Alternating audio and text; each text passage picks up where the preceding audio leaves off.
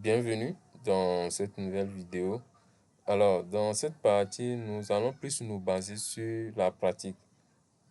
D'accord? Ça sera des cas pratiques et vous allez voir l'intérêt de ces cas-là, puisque ça va permettre de pouvoir comprendre bien, de voir un peu plus clair les notions, bien les fonctions que nous avons eu à aborder précédemment. Et vous allez voir l'intérêt de les utiliser.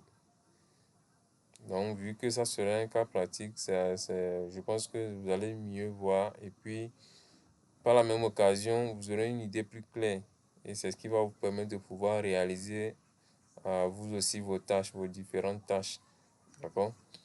Tout de suite, nous allons partir sur cet exemple-là. Ici, j'ai mon tableau comportant le nom, le sexe, le devoir, je vais dire devoir 1, devoir 2, devoir 3, ainsi que le total, la moyenne, la colonne moyenne, et puis le rang, et puis le résultat. Alors, ceci ressemble, je vais dire, plus ou moins à lorsqu'on prend un cadre scolaire et que vous avez dans une salle les étudiants.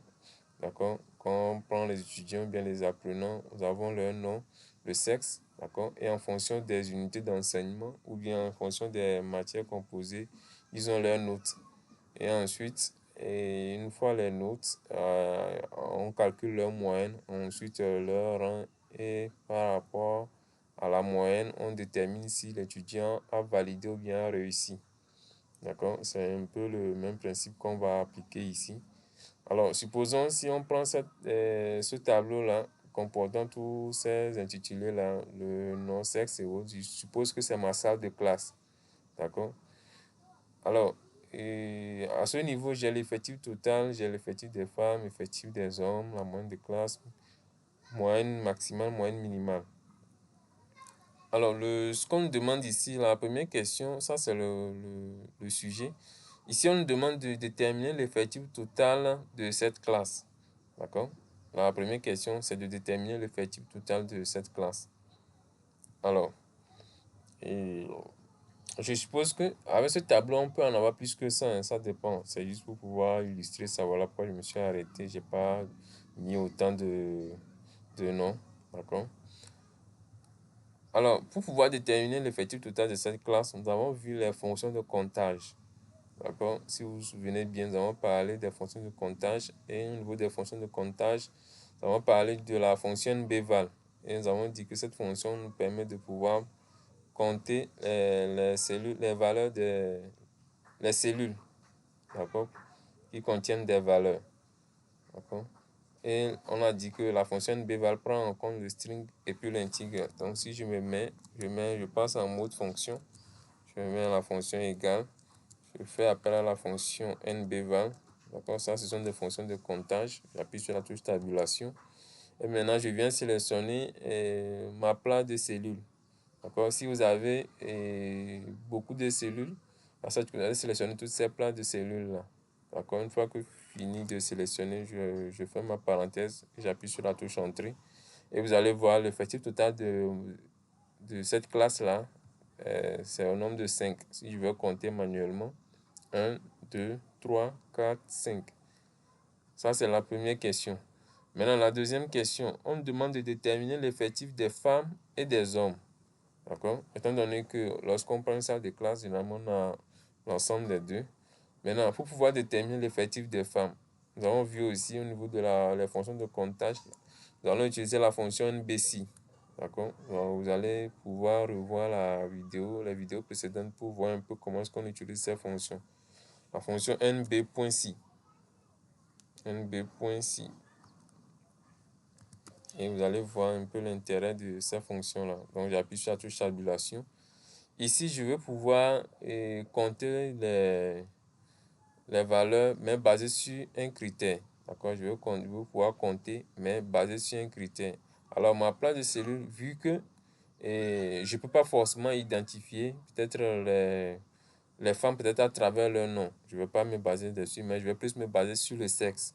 D'accord? Là, je viens sélectionner ma place de cellules au niveau de la colonne sexe. Et maintenant, je fais mon point virgule. Maintenant, le critère ici, on demande l'effectif des femmes, je pense bien. Alors, là, le critère ici, c'est femme. Donc, pour ce qui est du F, c'est le féminin. D'accord, je sélectionne mon critère et je fais ma parenthèse et j'appuie sur la touche entrée. Et là, vous allez voir que effectivement, l'effectif des femmes ici, c'est 2. Si je veux compter par rapport au sexe, d'accord, par rapport au nom, bon, je ne vais pas trop être axé dessus puisque je peux me tromper, d'accord. Alors, par contre, par rapport au sexe, là, ce qui est défini ici, lorsque ça va changer, vous allez voir que ça va changer aussi, ici aussi. Alors, donc, si je veux voir le nombre de F qu'on a dans cette place de cellules, ici, j'ai à ce niveau et à ce niveau aussi. Donc, ça fait 2F. Donc, pour l'effectif des hommes aussi, je fais pareil. Sauf que ici, le critère sera masculin. NB.6. D'accord. Là. Je sélectionne ma plage de cellules ici. Et ensuite, maintenant, le critère. À ce niveau, le critère, c'est quoi? C'est masculin. Encore une fois fini, je fais ma parenthèse, j'appuie sur la touche entrée. Et vous allez voir que c'est très pratique lorsque vous maîtrisez vos fonctions. Généralement, il faut apprendre la syntaxe des fonctions puisque ça va vous permettre de pouvoir mieux connaître la structure de ces fonctions-là. Ça, c'est la deuxième question. Maintenant, au niveau de la troisième question, on demande de calculer le total de chaque élève. D'accord? Ça, on demande de calculer le total des devoirs de chaque élève. Alors, nous avons vu la fonction somme. D'accord? On peut utiliser cette fonction pour pouvoir calculer le total des devoirs de chaque élève. Je peux le faire cellule par cellule, mais je peux le faire dans une cellule et utiliser une poignée de recopie. Mais je peux utiliser aussi la duplication instantanée, puisque avec Excel, avec cette possibilité, cette manière de faire, ça nous permet d'aller un peu plus vite. D'accord? Et là, je peux venir sélectionner les trois moyennes, les trois devoirs ici. D'accord? Normalement, c'est mal fait de C8 ici. Maintenant, je ferme ma parenthèse. J'appuie sur la touche CTRL Entrée et vous allez voir que j'ai le total de mes devoirs. Vous allez voir que c'est très pratique et très facile aussi. D'accord? Maintenant, ça, c'est la troisième question. La quatrième question, on nous demande de calculer la moyenne de chaque élève. Alors, pour pouvoir calculer la moyenne de chaque élève, nous avons une fonction en Excel qui nous permet de pouvoir calculer la moyenne directement. Alors, certains peuvent faire calculer la moyenne de différentes façons, hein, d'accord? Autrement dit, quelqu'un peut essayer de faire la somme des trois devoirs et diviser par le nombre de termes. Autrement dit, on a devoir 1, devoir 2 et devoir 3. Donc, il peut essayer de sommer les trois devoirs et de diviser par le nombre de termes. Alors que ici, il va faire la somme des trois notes et diviser par 3, vu qu'il y a trois devoirs. Il peut obtenir le résultat aussi, mais en passant par la fonction somme. Mais vu qu'on est en Excel, il y a la fonction là qui existe déjà. Nous allons prendre la fonction moyenne. On va calculer la moyenne directement. Puis tabulation. D'accord. Là, je peux sélectionner mes trois devoirs. Et je viens sélectionner les moyennes et les devoirs. Les trois devoirs pour pouvoir calculer leur moyenne directement. J'appuie sur la touche CTRL Entrée pour avoir la moyenne de chaque élève. Alors, ici, on nous demande de calculer le rang de chaque élève. Alors, le rang, pour le moment, nous n'avons pas encore fait les références absolues et puis relatives. Mais je vais peut-être illustrer ça. Vous allez voir comment est-ce qu'on peut utiliser ça. Le rang, je vais le faire cellule par cellule. D'accord? Donc, après tout, je vais faire. Vous allez mieux voir lorsqu'on va aborder cette fonction-là. D'accord? Je vais faire appel au signe égal pour passer à une fonction. Je vais saisir le nom de la fonction. Fonction rond. D'accord? Maintenant, le premier nombre, je vais prendre cette première cellule. D'accord? Je vais comparer cette première cellule par rapport aux autres places de cellules. C'est une façon de pouvoir comparer la première valeur par rapport aux autres valeurs. D'accord? Je sélectionne ma première cellule. Maintenant, mon point virgule. Maintenant, la référence, je vais sélectionner cette place de cellules. Alors, vu que j'ai sélectionné cette place de cellules, je vais figer ça. Pourquoi figer ça? Pour que lorsque je vais incrémenter, Excel m'automatise pas les valeurs. D'accord? Donc, je vais faire ça à travers la touche F4 de mon clavier. Maintenant, la valeur, l'ordre, qui maîtrise ça par ordre, je mets 0 ici. Et ensuite, j'appuie sur la touche pour fermer la parenthèse. OK. Et là, vous allez voir que à ce niveau, si j'essaie de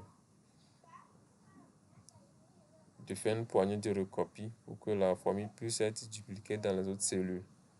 D'accord? Et vous allez voir qu'à ce niveau, la moyenne, et celui-ci est premier, celui-ci est deuxième, le troisième, quatrième et puis le cinquième. D'accord? Maintenant, ça c'est le rang pour chaque élève. Alors, nous allons passer à la question numéro 6. Ici, on nous demande d'afficher au niveau du résultat admis si la moyenne est supérieure ou égale à 10 et échouer si la moyenne est inférieure ou égale à 10.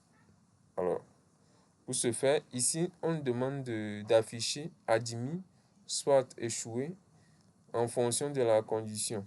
Alors, notre condition ici, c'est que pour qu'un étudiant puisse réussir, il faut que sa moyenne doit être supérieure ou égale à 10. D'accord? Au cas contraire, c'est que l'étudiant a échoué. Donc, à notre niveau ici, on veut afficher du string. Et quand il s'agit du string, il faut forcément que nous allons mettre les entrecôtes. D'accord? Je viens ici, je vais sélectionner ma place de cellule. D'accord? Je sélectionne ma place de cellule. Maintenant, je passe en mode fonction. J'utilise la fonction ici. Vous voyez, pour ce genre de cas, on ne va pas vous dire, ici, on a peut-être, vous allez voir ici, au niveau de la question numéro 6, on ne vous a pas demandé d'utiliser la fonction ci et autres. Parfois, c'est à vous-même de voir quelle fonction vous allez utiliser pour pouvoir résoudre peut-être la question. D'accord? Il y a des cas où on ne va pas vous préciser, utiliser telle fonction ou telle fonction pour pouvoir résoudre ça. Non, c'est à vous-même de réagir par rapport à ça. Alors, ici, la condition, c'est que quoi? La moyenne doit être supérieure ou égale à 10. Donc, je viens au niveau de la colonne moyenne. Je choisis la première cellule. D'accord? Donc, peu importe, je ne vais pas me baser sur le contenu de la cellule. Non. D'accord? Cellule égale contenu. Je vais juste prendre la cellule. Je vais maintenant poser ma condition. Si cette cellule, autrement dit, je vais sélectionner toute ma place de cellules pour pouvoir faire la duplication instantanée. D'accord? Mais cette cellule est supérieure ou égale à 10. On dit supérieur ou égal à 10. Vous allez voir bien, regardez très bien la notation. Donc, si cette cellule est supérieure ou égale à 10, ça c'est ma première, c'est le test logique, la condition. Alors, l'action, la valeur ci vraie, c'est que quoi? C'est que, et on veut afficher admis. Donc, vu que c'est un string, on va mettre les entrecôtes.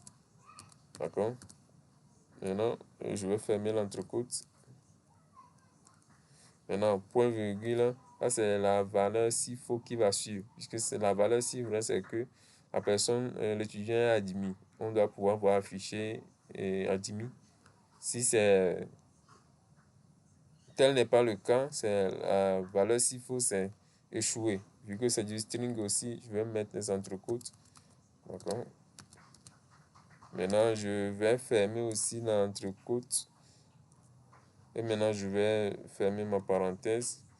Et j'appuie sur la touche contrôle entrée et vous allez voir que automatiquement j'ai les résultats qui s'affichent au niveau de la colonne résultats. Et en fonction des moyennes, vous allez voir, lorsqu'on va vérifier, ici on a 15 de moyenne, vous allez voir admis, on a 12 admis, on a 8 et échoué, vous allez voir 14 qui dépasse 10, donc ça fait admis, et le 8 qui est inférieur à 10 échoué. Vous voyez un peu. Si par exemple je me mets à changer cette valeur, vous allez voir le pourquoi c'est intéressant. Au lieu de peut-être 8 ici, je vais mettre par exemple 17 et que j'appuie sur la touche entrée. Vous allez voir que maintenant, lorsqu'il essaie à automatiser les valeurs, au niveau de la moyenne, il y a eu 11. Et donc automatiquement, et le résultat s'est automatisé et c'est devenu admis. D'accord? Alors ici, on va passer et ici nous allons juste calculer la moyenne de classe. D'accord? Donc nous pouvons utiliser la fonction toujours moyenne. On va utiliser la fonction moyenne. Bon. On va calculer la moyenne des classes. Je peux prendre la moyenne de toutes ces places de cellules là. Et j'appuie sur la touche entrée. Ça, c'est la moyenne des classes. Maintenant, ici, on me demande de la moyenne maximale. D'accord? Pour pouvoir trouver la moyenne maximale, nous allons utiliser une fonction. En essai, c'est max, fonction max. D'accord? Et cette fonction nous permet de pouvoir déterminer la moyenne maximale parmi cette place de cellules, puisque c'est au niveau de la moyenne. D'accord? J'appuie sur la touche entrée. Et vous allez voir que la moyenne maximale ici, c'est 15. 15,6. D'accord? Maintenant, on peut connaître aussi la moyenne minimale. Je mets mon signe égal. Maintenant, je peux faire appel à la fonction min, tabulation. Maintenant, on veut connaître la moyenne minimale. J'appuie sur la touche entrée. Vous allez voir la moyenne minimale. Et vous voyez que c'est très pratique lorsque vous maîtrisez vos fonctions. D'accord? Et vous pouvez programmer vos feuilles de calcul comme ça. Donc, jusqu'on viendra renseigner les données. Puisque on n'est pas obligé forcément de renseigner ces données-là avant de pouvoir programmer ces feuilles de calcul. D'accord? Pour quelqu'un qui maîtrise bien, lorsque vous maîtrisez Excel, vous n'avez pas de limite. Vous n'avez pas de limite. Donc, avec cet exercice, vous avez vu que ce n'est pas compliqué. D'accord? Excel n'est pas compliqué, il suffit de maîtriser, comprendre ce que vous faites. Et maîtriser aussi la structure des fonctions, leur syntaxe, pour comprendre comment est-ce que ça marche. Et vous devez aussi saisir manuellement vos fonctions. D'accord? Et ça va vous permettre d'aller un peu plus vite. Donc, voici un peu l'intérêt des fonctions. Et au fur et à mesure que nous allons voir d'autres TP ou bien d'autres cas pratiques, vous allez voir que ce n'est rien du tout. Donc, c'est tout pour cette vidéo. Rendez-vous dans une prochaine vidéo.